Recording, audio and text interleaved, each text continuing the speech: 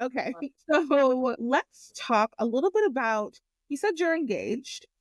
Yes. How is all of that going? Like, what are some things that you're learning in this, like, this season of your life? I love it. Honestly, he did it in such a beautiful way. He proposed to me with both of our families there on my mom's birthday, which was Oh, extra special because my dad proposed to my mom on her birthday. So he that's just it so, was just so it was perfect. It was like the nice little intimate gathering that I kind of always hoped for and wanted. So and he picked out a beautiful ring. yes, Gotta yeah. gotta give him kudos. But wedding planning, girl. Oh my goodness. It's fun. Don't get me wrong. It's like it's every time I get an email from a venue, it's like a little treat. You know what I mean? Yeah, But it's also so stressful. Like the wedding industry is one big old scam. Maybe scam's too harsh of a word, but it's definitely a grift. I'll say that. It's definitely a grift. There's no reason why everything is as expensive as it is, but people pay for it, so they yeah. charge that. And it's been wild. I mean, seeing that, like, I have a very big family, as does he. Mine is bigger than his, and we have a lot of friends. And I've always wanted this, like, gigantic European style wedding of my dreams, like what I grew up going Love to. it. You Absolutely. know, Go to New York. yeah, right. Because he's Southern European too. He's Greek and Italian. Oh, yeah. Both of you have It's huge families. oh yeah, girl, and my dad is one of six, Oh, wow. and Yeah. yeah, so we're like we're big old family. So we're going through our guest list, and I'm like, oh my gosh, this is like this could easily be like 450 people. What Oh, is my going on? God. You know, obviously we're gonna have to cut down and whatever, but it's insane. It's insane, Yeah. but if it was easier to do so, I would just pick up and get married in Europe somewhere because it's so much cheaper and it's sometimes better than what the places here have to offer. Well, I But saw, just really quick, yeah, I can't remember the website. If I see it, I'll send it to you.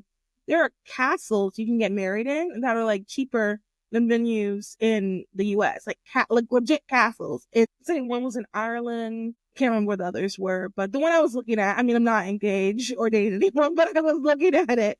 The uh, castle was like in Ireland, and it was like cheaper than like getting married in some places in Charlotte. that's So yeah. I would love that. Unfortunately, it's not in the cards for a variety of reasons. yeah, Just because I know that some of his family and my family that we would want to be there wouldn't be able to make the trip.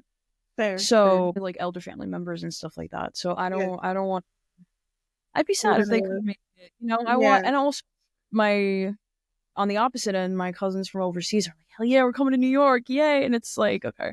You know, you don't want to disappoint anybody while still having Yeah. the balance.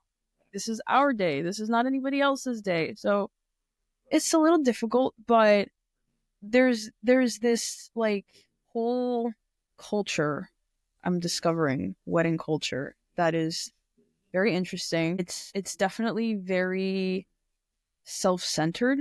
It's Mm. only your day. Or like when I went to a bridal expo, for example, and I was talking to these vendors, and this turned me off so fast to all these vendors. They were like, this isn't really his day. This is your day. And I was like, no, no, this is our day. This is Yeah. the first day of our marriage. This is the first day of a lifetime together. This is Yeah. not a day. This is a beginning. You know what I mean? And that's Yeah. Oh, that's that's good. the way it, because if you just like let yourself get caught up in all of the talking, Mm-hmm. you become like the most self-centered person ever. And it's like people are trying to create this insane peak in their life that they can never top. It's like this one day will be the best day ever and nothing will ever top it. And it's like, yeah, it should be a great, amazing, beautiful day. Like it should go well. You should hope to God that it goes well, right? Yeah. But at the end of the day, it's the first day of your marriage. So what precedent do you want to set? Do you want to set a selfish precedent, or do you want to set, a precedent where you're involving your people in it? You're involving your community and the people you love. And whether that means having a 20-person wedding or a 20,000 person wedding. You know what I mean? Yeah. I just feel like the coupled with the prices and the commercial aspect of it all kind of Yeah. like takes away the sacred covenant that two people are entering into. That's really what's at the core of it, the love between two people that is then binding them under God if they so choose. I know that we're going to get married in the church. So, that's what's most important to me. Do I want the big party? Of course I do. Do I Right. want to get married in a big fancy venue? Of course I do. Do I Yeah. want good dancing and good music and good drinks? Of course I do. But I'm being careful to keep myself in a place where I want the marriage more. You know what I'm saying? Yeah. Like No, that's so good. that's the priority. That's what should be the priority, because then you're going to spend the rest of your life being disappointed that you're living a normal life that's not going to top your wedding. And it's like there's so much more to look forward to. There's kids, there's milestones, there's all these beautiful things coming down the line for us, and it's like there's so much more. It'll be a great day, but it's still just a day. You know what I mean? Yeah. So, That's it's such a good perspective. thank Um, you. Seriously, and like you're very mature for that. A couple of the weddings that I've been to and been in have not had that. Well, I won't say they haven't had that perspective, but it just seemed like it's been a lot more stressful than it could have been. It was just, and I think that, you get caught up. It's not really necessarily anyone's fault. You just get caught up in it. But I think you have a really good perspective. I want to talk really quick about what you said about it's not, it's only really your day. I feel like for me, like I jokingly said that, but like obviously if I'm getting like I want my spouse's input on stuff. Yeah, I of think course. sometimes like what I'm noticing about like the world in general is like I'll be saying something that's like a joke. And then I'll turn around and I'm like laughing and then the person beside me like, yeah, that's the truth. And it's like, well, no, I think people are like, maybe it's the maturity level or like, I don't know what it is, but like I think people are not maybe thinking things through. I don't know what it is, but like when you said that, I'm like, obviously, if you're getting married, your husband, your fiance should have a same input on everything because at the end of the day, it's both of you together and it is the foundation. Like your wedding day, like how you guys plan is going to be a good insight too on how they handle pressure, how they Mm-hmm. handle big events, how they make decisions. Especially like if you're not living together before this, like it'll be a really Yeah. good insight on who they are as a person. So I think it's really important to remember that it's not just your day. Obviously, the dress is going to have a moment, your hair, your makeup, that's all going to have a moment, but like it's still both of you together. And I just, anyone listening, I'm not married, but like anyone listening, I feel like that's just something to like recenter when you start thinking about marriage. It's like, it's not just, especially that day. And I think you also made a good point too when you said like, it's the beginning. I think when we start thinking about marriage or your wedding as the beginning instead of like this final end, I think that'll also take away some of the things that I've heard where people are like, yeah, and then we get to the wedding, I just feel kind of like drained or like I just feel like all the hubbub is over. Your wedding is really just the beginning of the rest of your life, honestly. Like ideally you and your spouse will be together forever. And Yeah. ideally, hopefully you'll probably pass away around the same time too. So you're literally together forever. So if we change our mindset, I think to your wedding is day one. Your wedding is just the beginning. I think it'll like make wedding season, wedding planning a lot smoother. Oh That's just yeah. my And advice. I know I agree with you 100%. And that's not to say I haven't been stressed about it. Right, of course. Like, I'm looking at the date. I'm barely 2 months engaged, and we're not getting married the end of 2026, and I'm already like, Yeah, getting a little frazzled. But do you know what the problem is? I was thinking about this. Our culture just completely infantilizes women. And like, it's like, oh no, okay, here's your binky. It's your day. It's all about you. Don't worry. It's like, no, grow up. You are entering into a marriage. You are entering into a new phase of your life. Like, suddenly it's not me, it's we, you yeah. know? And, I think that mentality probably contributes to the divorce rate and a lot of Mhm. problems.